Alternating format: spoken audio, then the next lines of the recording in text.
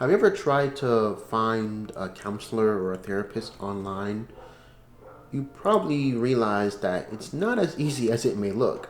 There's so many people, so many different practices to go with.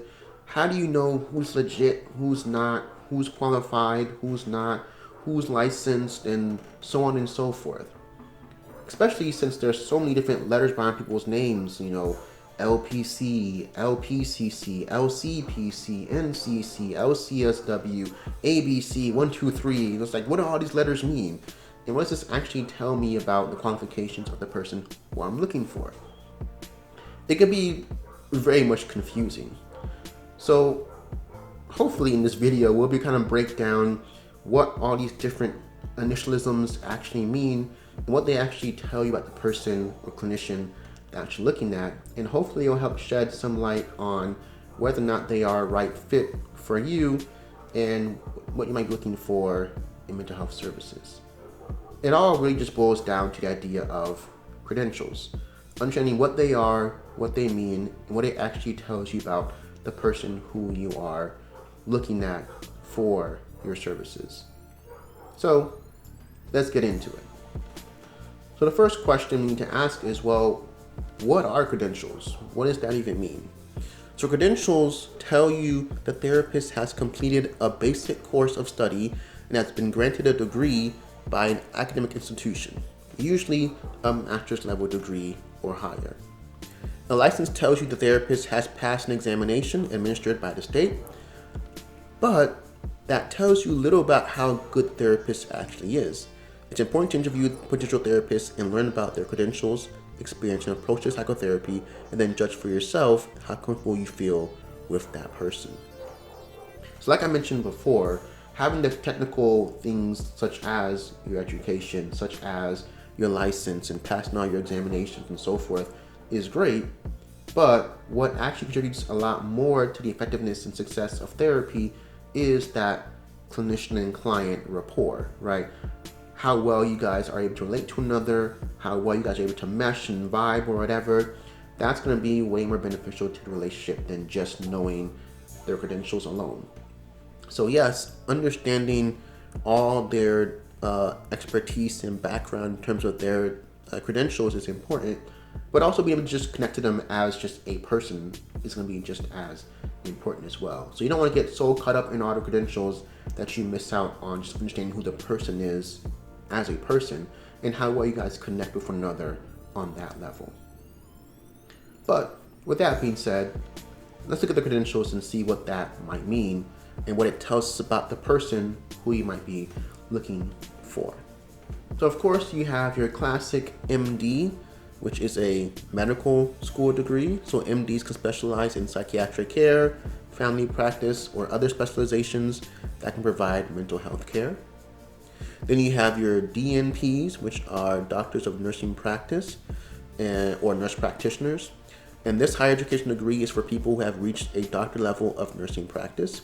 Then you have your PMHNP, which are psychiatric mental health nurse practitioners who are NPs who specialize in psychiatry, right?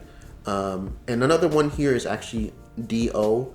So MDs and DOs can both specialize in psychiatry. And all these people, DOs, MDs, MPs, they all can also administer medication and prescriptions as well. Then you have your social workers. So you have your LCSW, which is a master's level social worker and mental health professional. LCSWs have extensive training and licensing in mental health and counseling. And social worker or LCSWs also focus on societal and environmental impacts on mental health. And then in some states, you have a distinction between independently licensed therapists, or in this case, social workers, and those who may not be independently licensed quite yet.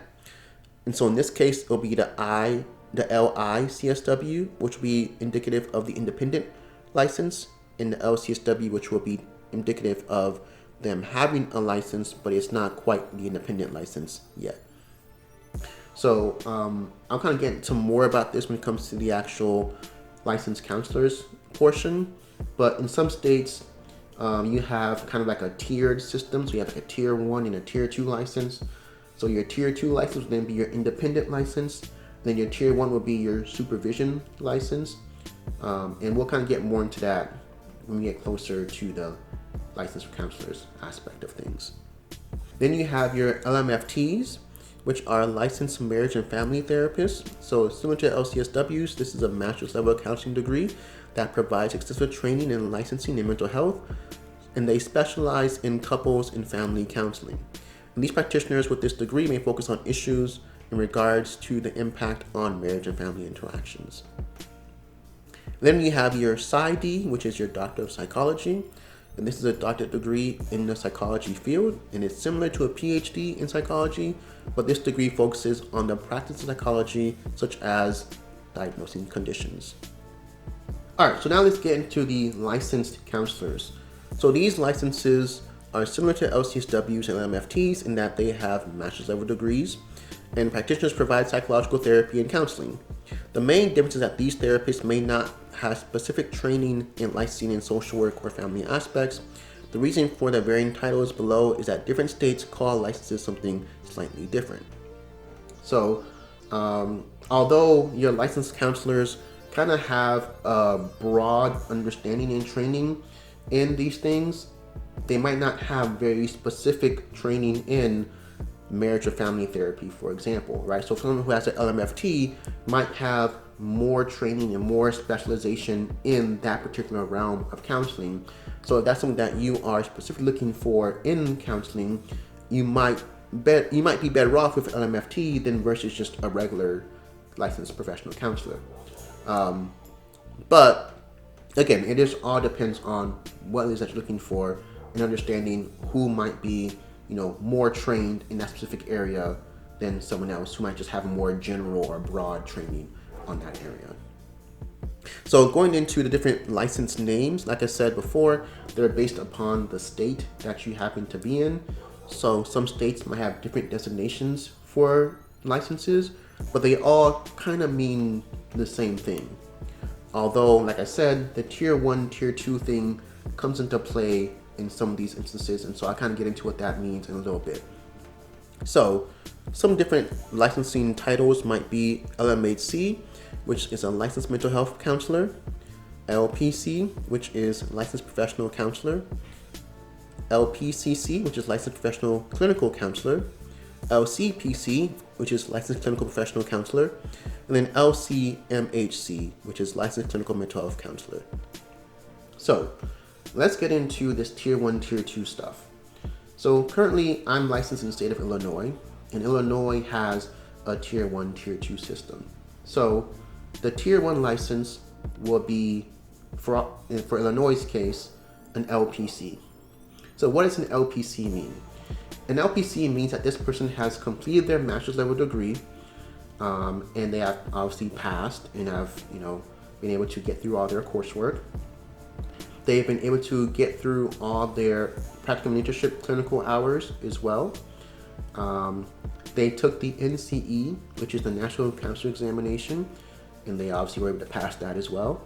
And they applied with their state to get their initial license, and they're able to get approved and credentialed. So all those things will grant you an LPC. So once you have an LPC, the next stage is get your LCPC, which is your tier 2 license. So how do you go from LPC to LCPC? Well, in Illinois, you require 3,360 clinical hours under supervision. So that just means that someone who is LCPC or independently licensed, as it's also referred to as, is going to be supervising and training you, and you'll be operating under their license. And as you build up those clinical hours, once you complete them, then you'll be able to take the NCMHCE, which is the kind of board examination, if you will.